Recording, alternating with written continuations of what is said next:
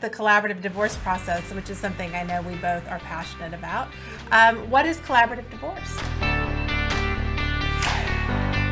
Thank you for joining me today. I am excited to introduce you to a colleague of mine, Shannon Lynch, who is also a divorce attorney and a mediator. I've had the privilege of knowing Shannon since I started in family law about 15 years ago. Shannon is committed to helping people find constructive resolution during one of the most difficult transitions in life, divorce. I'm thrilled to have her here today to talk about collaborative divorce, to talk about cooperative divorce, and also to discuss mediation. Thank you, Shannon, for coming today. Thank you so much for having me. It's amazing that we've known each other for 15 years. It is. Wow. And we've had the privilege of working together on several cases and helping several families through the divorce process. And one of the things I wanted to talk to you today about is tips for families who are facing divorce and what they can expect in a divorce process. So I want to start off by asking you, what is mediation? So mediation is a way that people can meet with a neutral third person, which would be me or you, a trained mediator, and that mediator will help them get their issues settled. They can do it without attorneys if they choose to do that. They can do it with their attorneys coming in. You can do it in separate rooms. You can do it in the same room, but it's just a way to really help people not have to go to the courthouse, which is not a fun thing. It's very true, and you and I both share that opinion that so often the courthouse just becomes a place of destruction for families. Absolutely. And we see the fallout of that for years following a divorce. Mm-hmm. What I love about mediation is that it really is a confidential way for people to explore all kinds of options. Yes. One of the interesting things, I think, in Texas, the way we do mediation is it typically is a long day, right? It's a long day, and it's difficult. You know, when I started mediating, which was a very long time ago, I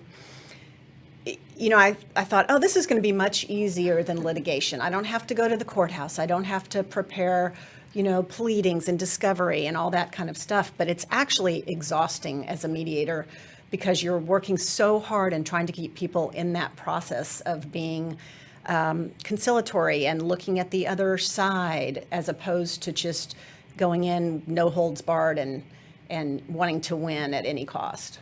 Yeah, I think the approaching mediation in the way of a win-loss situation really sets up both parties to be losers in the process. So I think one of the important things is to be able to stay flexible. Right. What are some tips you have for couples who are preparing to enter mediation? I think the most important thing is to really be prepared. If your attorney or I have sent documents such as an inventory and appraisement or a parenting plan worksheet, don't come to the mediation with those unprepared because it either prolongs the day or it causes the parties to have to do research during the day as opposed to just working on what their issues are, what their goals and interests are. So that's probably the biggest issue that I have that makes it much more difficult is people coming in that are unprepared. And sometimes I will send them away.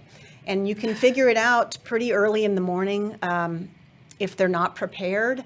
And you can really kind of figure out if it's not going to go anywhere. So instead of spending the entire day, usually with me sitting in one room and them going through their documents, I just say, hey, why don't you come back? Let's reset it in a week or two, depending on everybody's schedules, and do it when you're prepared.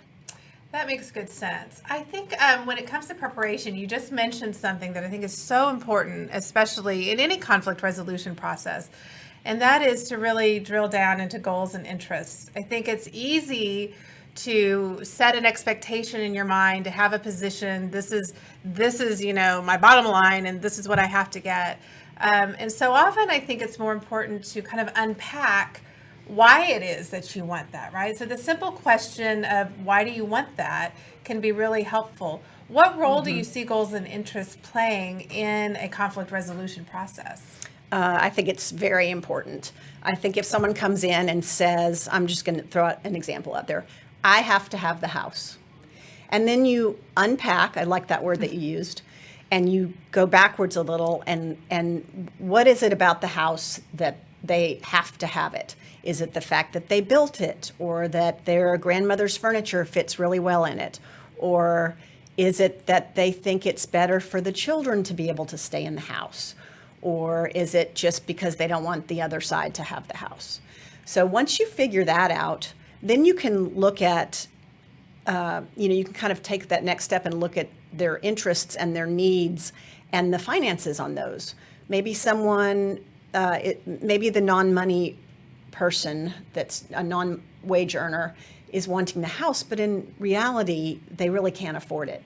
So if you get them to see really what underlies those goals and interests, and you get the other side to look at what that person's goals and interests are, then you can get much more creative and be much more flexible in how you determine how that should look.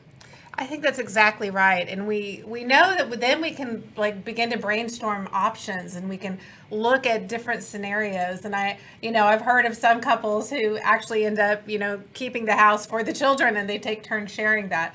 Whether that's a good long-term solution or not, we'll leave to the discussions between them and their lawyers. But what I just love is the creative approach. And I think when we really focus on why is it that I want that, then it just opens up a much bigger world of possibilities. Yes. Taking that skill of looking at goals and interests, let's talk about the collaborative divorce process, which is something I know we both are passionate about. What is collaborative divorce? So collaborative divorce is a process, and it's actually statutory. In fact, Texas was the first state in the country to make it statutory and actually put it into the family code.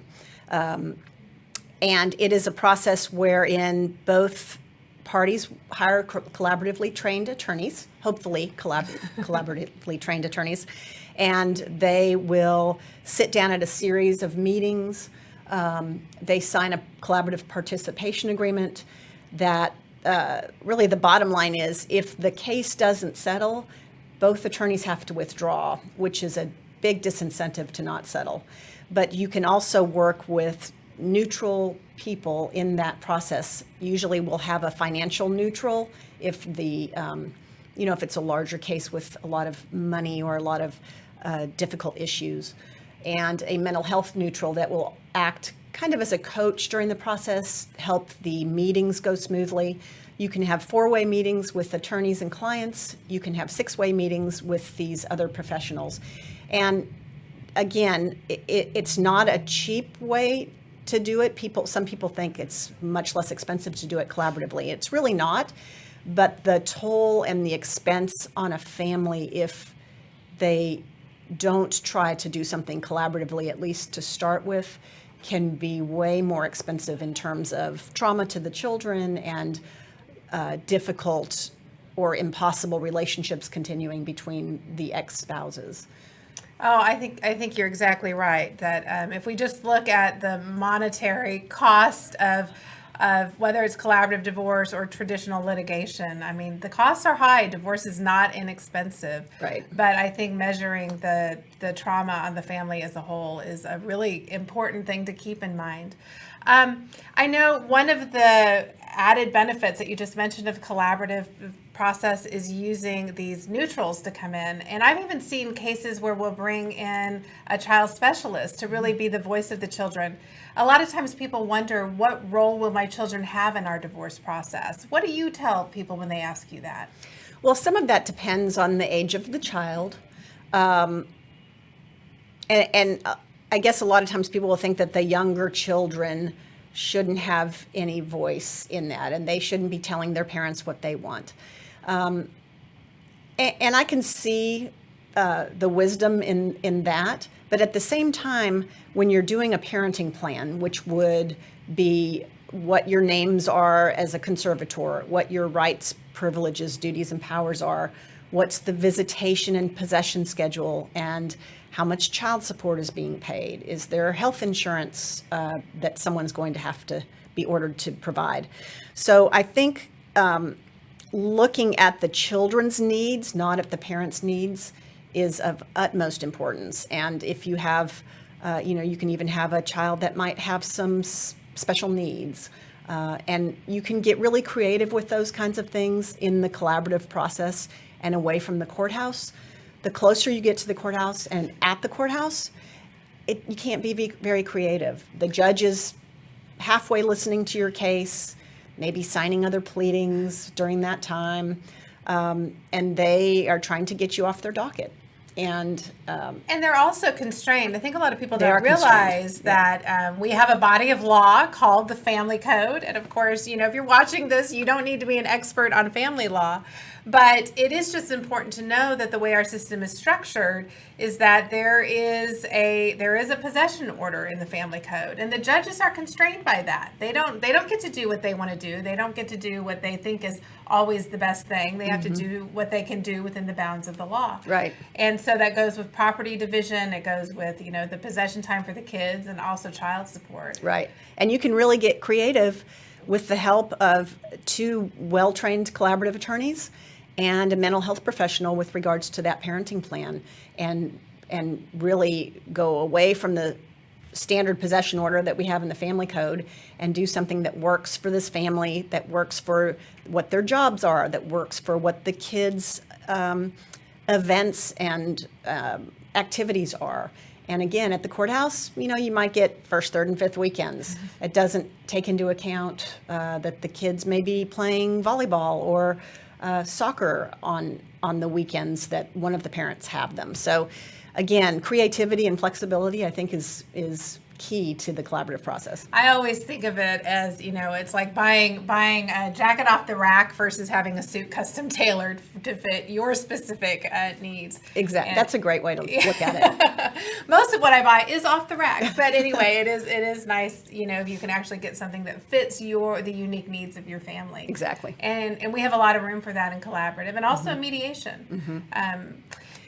And a lot of the difficulty in mediation, what makes it difficult, and you and I both mediate collaborative cases also. So a lot of times the really good collaborative attorneys will figure out that the case may just not be settling, even though you're doing it collaboratively. And it helps to get a collaboratively trained mediator in to help just cross that finish line.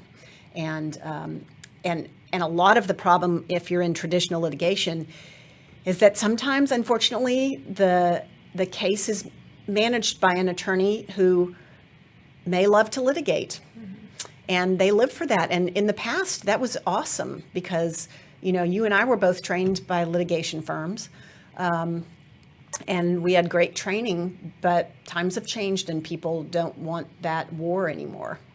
Right, and for good reason, because the war, as we always say, it makes the lawyers rich, but it leaves the families hurt, and we have better tools in our toolbox to help families be able to navigate this process. Yes, and mediation is a relatively new process. I mean, the first mediation code wasn't created by the legislature until 1985, so that's not that long ago, and the Texas Association of Mediators was created right about that time, which is right when I got out of law school, actually. So until I was out of law school, there was no such thing as formal mediation, which is very interesting. How have you seen mediation change over the years? I think when it first started, people were very interested in having everybody in one room, and sometimes that just doesn't work. Sometimes you have to do what we call the caucus method.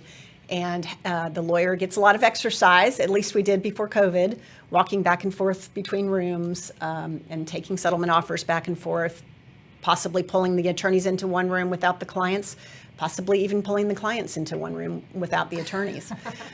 So I think it's evolved much more into a caucus method now. Would you agree? I mean, I think it's rare that my clients want to be all day long in the same room negotiating.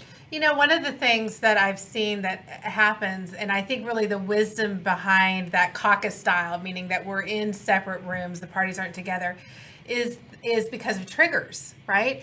And so the parties know how to trigger each other. The lawyers probably also know how to trigger each other. Mm-hmm. And so when we're triggered, we're not able to be problem solvers. We're not Right. able to think creatively. And so by having people in separate rooms, everybody has their own space, we can all breathe, we're going to have to take the time we need to consider that last offer and kind of, walk down off the wall, because usually when an offer comes in, it usually is upsetting at some level. Right. And really kind of recalibrate and then begin to engage in the problem solving process. Right. So I think there's a lot of wisdom to doing that caucus style.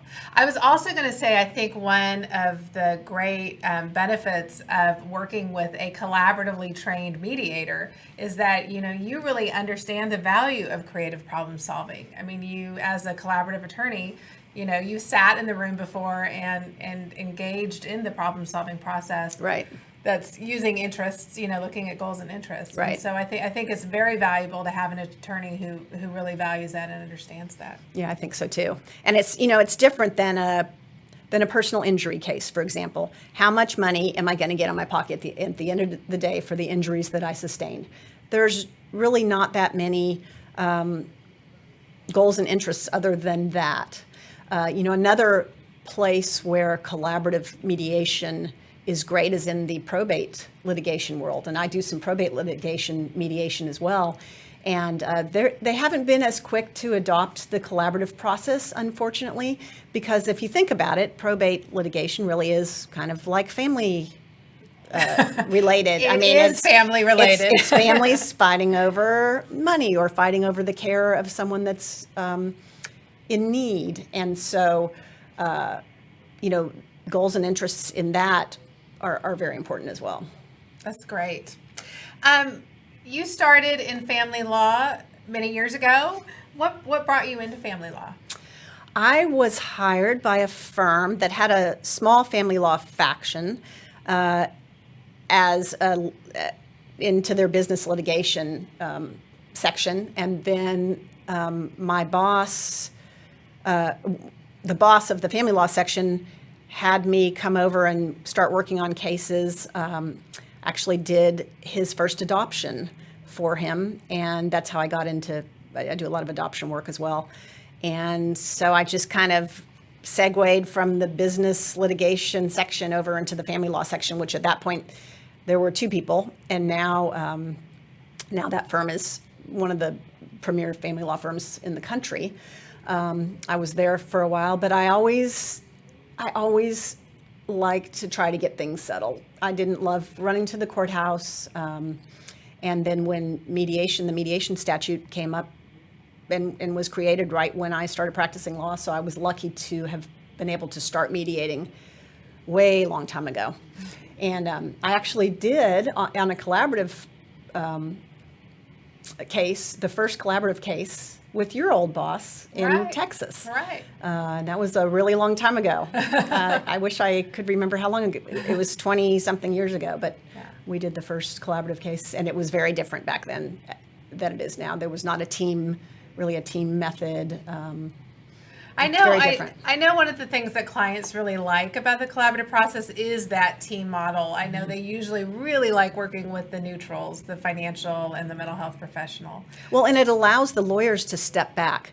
So, if you think of the cost of a collaborative process, it's not both lawyers all the time working with both financial and the mental health professional. The lawyers get to step back and wait to see what goals and interests have been met through the financial neutral and the mental health neutral, and then we can paper that. We can obviously help in that process, but it really allows specifically trained people to help our clients, as opposed to us running in and trying to act like a psychologist or a financial planner.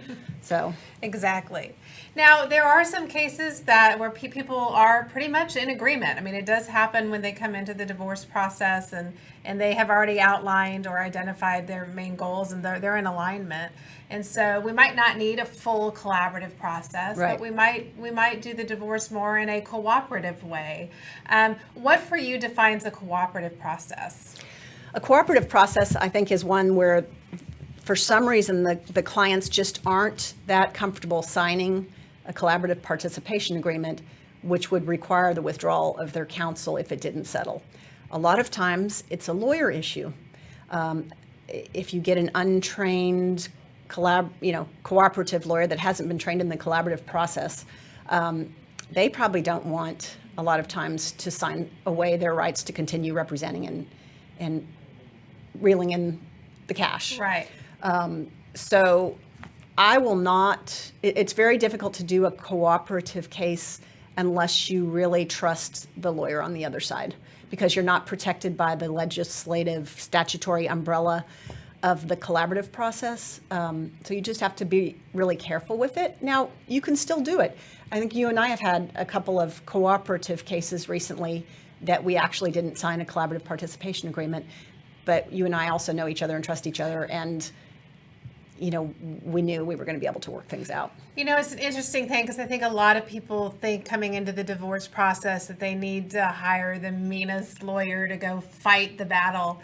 And, working with you and other great lawyers across the process, that, you and I both know that there's a lot of value to hiring lawyers who actually work really well together. Yes. How do you describe that for clients? Or what would you tell somebody who's looking for a divorce lawyer? That's a really hard thing to do, because if the clients call me, if I mediate a case for two people that don't have attorneys, I cannot draft the paperwork for them. So we can draft a mediated settlement agreement that then they have to go and get an attorney to actually draft. And I will always refer them to a collaboratively trained attorney. I forgot your specific question. I was asking about people who are out looking for lawyers. Should you hire somebody who is the arch nemesis of your divorce attorney, of your spouse's divorce attorney, or should you hire, should you and your spouse considering hiring lawyers who actually get along with each other? Right, and that's hard, because when people come in, they may have preconceived notions that they do have to hire the biggest, baddest, and so to refer, I think people have an inherent distrust of who their wife's attorney is referring them to. So you just have to word it in such a way that this is a great lawyer, he or she is a great litigator as well, but they're not going to take your money and run. They're going to really try to work with you and your and my client to try to get you guys both what's the best deal for the family. Not what's the best deal for you, what's the best deal, I can get and scorch earth the other side, but really what's going to maintain a good relationship between the parents or the ex-spouses and foster the children's mental health and well-being. Because one thing I can promise my clients is if they do fight and they pull their kids into it, they will have really messed up kids in the future, and young adults that can't get into real relationships. And I think that's just super important. I think the trauma on children is something that could be a whole nother session. I'm sure I'm sure you'll have one. Seen, kiddos who really end up in bad shape because of the conflict of the parents. Right. And I always want people to realize this is a long game, right? So we can go all in and win in the short term, but you have to think about the long-term costs of that and what is that going to mean on your family. Right. And so I think looking at it in a more global perspective is a much healthier way for your life, right? This isn't, divorce isn't, it isn't your defining moment. It's a period of transition, and you want the rest of your life to be really good. Yeah, it's a rare occasion that I have to be rehired by a client that started in the collaborative process to do a modification in the future. It's very common that I'm hired 3, 4, sometimes 5 times by clients that litigated their initial divorce action. And I think that says it all. If we're hired by collaborative clients in the future, it's because they call us and say, hey, we agreed to lower child support because of the pandemic, or we agreed that it would be better to do a more even possession schedule because the kids are older now and they're driving, and why do we still need to do first, third, and fifth? Right. But the litigation clients that started off in the train wreck, it's very difficult to ever pull them out of that. I agree, and we see that go on, and it really, that becomes your life, is fighting this fight with somebody. our family, our system is an adversarial process. It is a litigation system. And, I just think we need to be careful, and we owe it to families to help them avoid it if they can. It can't be avoided in every circumstance. Absolutely. But, when this is your family and your future and you're taking it into this, dogfight, you need to be careful and tread cautiously. Yes. Which is yes. why I love getting to work with lawyers like you, Shannon, because, I know. you and I both share that love of family, and we both value family. And we both know what a good constructive divorce can mean for a family. Yes. Thank you for coming. Thank you and for having talking with me. I appreciate it. And I'm glad we weren't too wet coming through this rainstorm this morning. But anyway, thank you so much. Absolutely.